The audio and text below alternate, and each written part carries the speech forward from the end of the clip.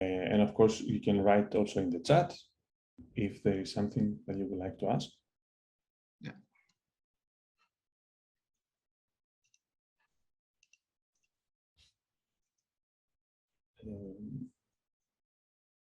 Yeah, as you can see, Manuel Silva asks, what is the meaning of COT? COT mean cost of transport. Mean we can say that the robots win how many energy the robots use to move in the unit length. Mm-hmm.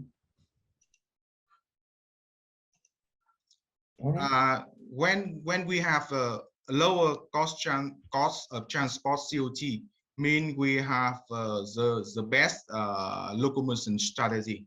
Use less energy for longer distance. All right. Thank you very much. I think that concludes this presentation as well. We are just on time, so I think I will just move to the next one. Thank you very much for everyone. Thank you. Sorry for my problem. Completely with my okay. computer. It happens. It happens with these online systems. It happens all the time. It's completely right. Then I would like to introduce the next paper in the session. By all means, if you can stop sharing your screen and the next paper can start sharing their own.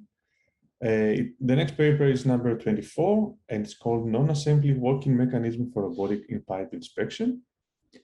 Do we have someone from the audience that will present this paper? Yes, hello.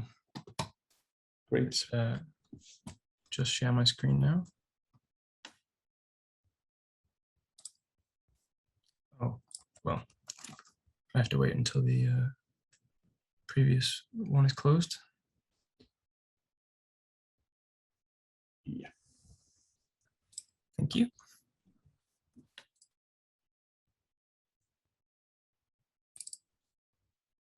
Can you see that?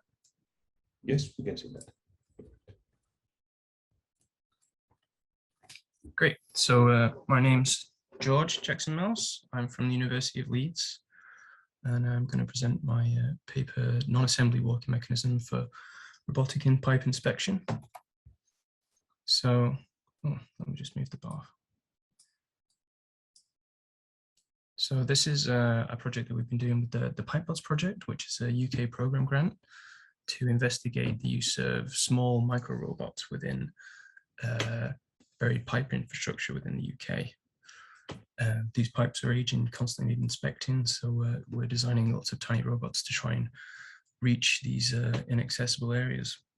One of these case studies is the in the wastewater network is cavities that exist, such as manholes and collapsed sections. You can see on the right here, this is basically a simplified model where you've got a pipe entering an open area with small rocks and obstacles with uneven terrain.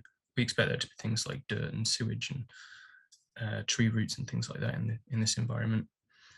So one of our investigation areas is the non-assembly robots, which are robots that can just be made on 3D printers. They're typically quite cheap and easy to produce, and then we'll use those to try and investigate these areas. So with the non-assembly mechanisms, we had to choose a locomotion system, and we considered wheels and tracks, which are typical robots, but we like walking mechanisms for their ability to overcome these small obstacles that we might find. We figured we want to maximize the design space of the pipe, so we want to make almost a full bore robot. And with a wheeled or track vehicle, you hit an obstacle, it may hit the roof of the pipe and get stuck. We'd like to step over it. So, and it's also a great way to highlight the complexity possible in non-assembly mechanisms. So it's quite difficult designing a walking mechanism when you're creating a micro robot, because you can't typically use multiple actuators per leg. And in this case, we could actually only use one actuator per leg system. So there are two 1 degree of freedom mechanisms, one either side. There's a GIF there showing the gate of the mechanism. And this is like an 8-link system. and basically this is going to be printed all as one piece. So it comes off the printing bed just as one solid block with only support in between the moving parts. And when you break the mechanism, it just starts rotating and is ready to go straight away. So this was quite a challenge, creating this design and getting the gate to work. We did a lot of simulation through the CAD models.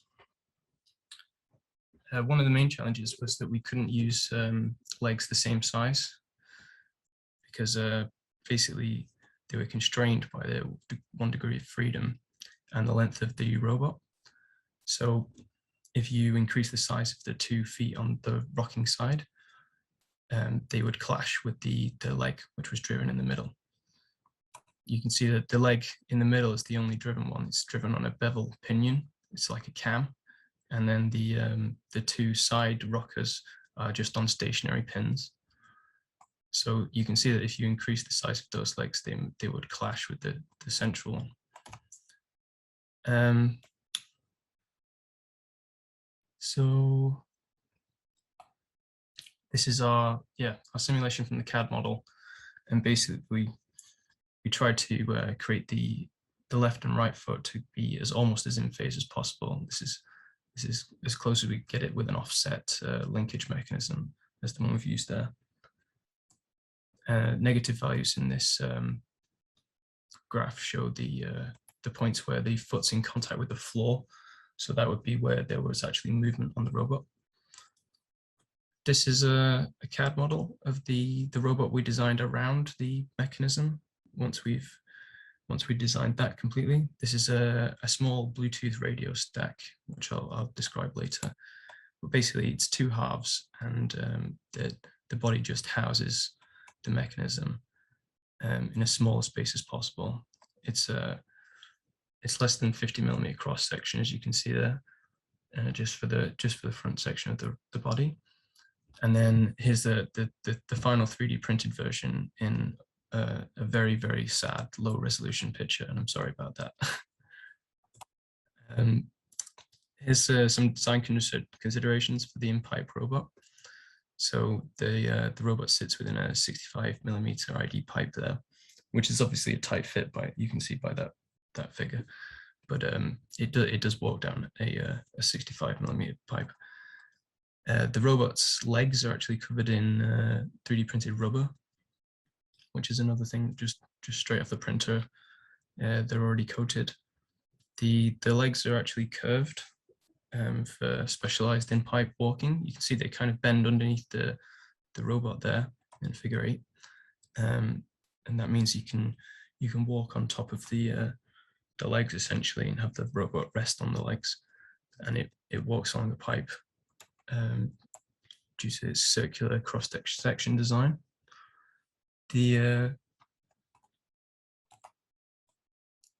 an internal view of the robot.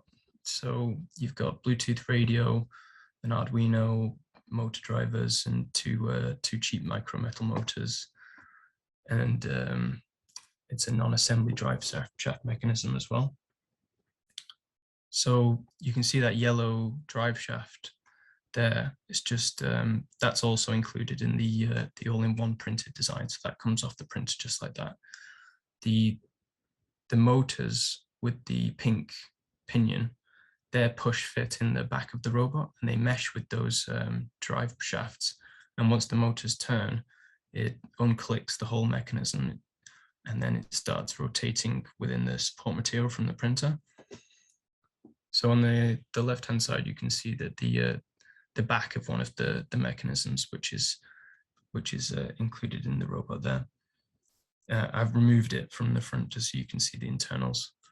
So the whole front of the robot's a battery basically, because there's no space for anything else, and we need a little battery life we can get. You get about 20 minutes out of the a 2S LiPo at 7.4 volts. They're 6-volt motors, so oh, and there's some little LED headlights. The robot's controlled with LabVIEW, so we use an Xbox controller and just sends PWM over serial to the Bluetooth radio. We made some modifications, obviously, for the 3D printing that you wouldn't typically do. So we needed some shaft tolerances is the main thing. basically we print the shafts in a hole slightly too big and then fill the hole with support material so that when it comes off the printer, the shaft can rotate within the printed part. So you can see a little shaft tolerance test in figure 11 there. We printed 3mm shafts in holes that increased in size from 3 to 3.5mm. And the two shafts at the start, 3.3 and 3.1, they did not move when we tried to rotate them. They were melded completely with the printer. The lowest size we did was 3.2, and that was okay. We've gone up in those increments because the resolution is 85 micrometers, so it's about 100, close enough. You can see a cross section in figure 12 where I've cut away basically every section where there's a rotating pin in the mechanism, which is quite a lot. So it's, you need to make sure that these are going to print off every time consistently. And this was done over many tests. So it comes off the bed with an upper chassis and a lower chassis with the mechanism included. And then the right-hand side, you can see there with the motors push fit with the pink pinions will now mesh with the mechanism, and when you rotate the motors, they'll come loose. The two parts is kind of necessary because you've got to put the electronics and the battery in.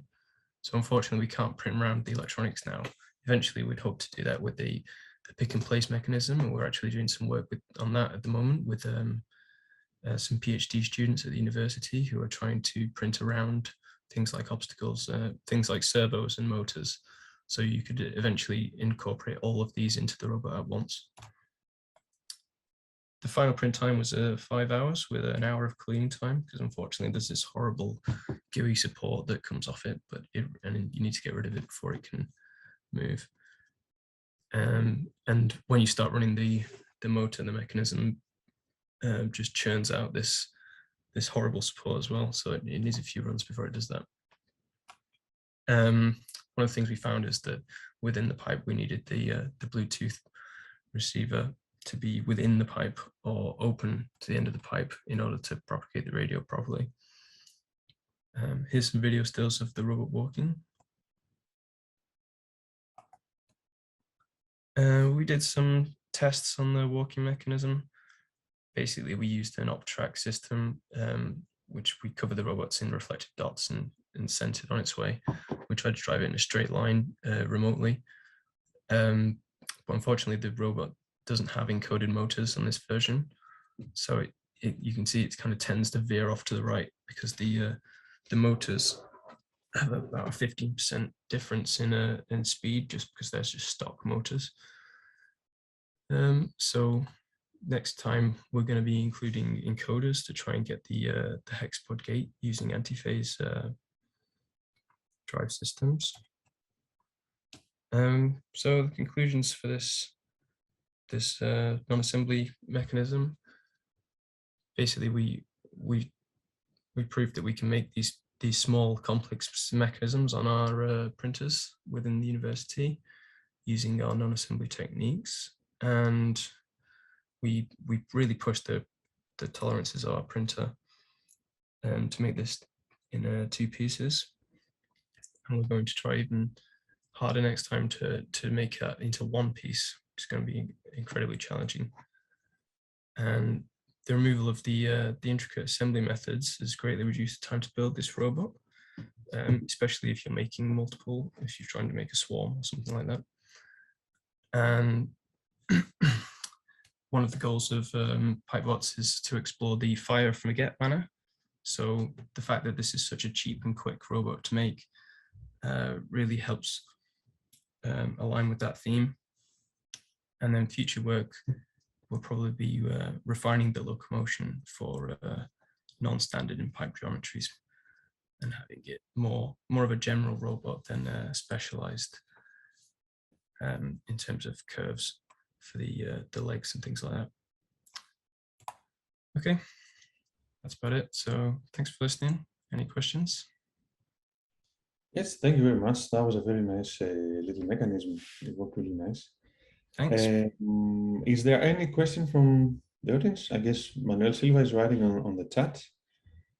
I guess, Manuel, would you like maybe to unmute and ask it, because it's quite a long question? Otherwise, Oh, is Hello. this, Good morning. morning? Can you hear me? I can Yes. hear you. Hi, George. Very nice presentation. Very nice work. Congratulations for that. Thank you. My question was to know if you plan to make this design open source. That means making available all the drawings for anyone to print robots. It's not open source right now, but I am definitely interested in making it open source. So I'll be working with my supervisors to try and get this done. I'd like to see everyone be able to print this thing off, because it's very interesting, and I don't want it sat gathering dust at the university. So yeah, I'd definitely be interested in that. Okay, thank you. yeah, very interesting indeed. I saw someone raising the arm, the virtual hand in the chat. So maybe feel free to unmute and ask the question.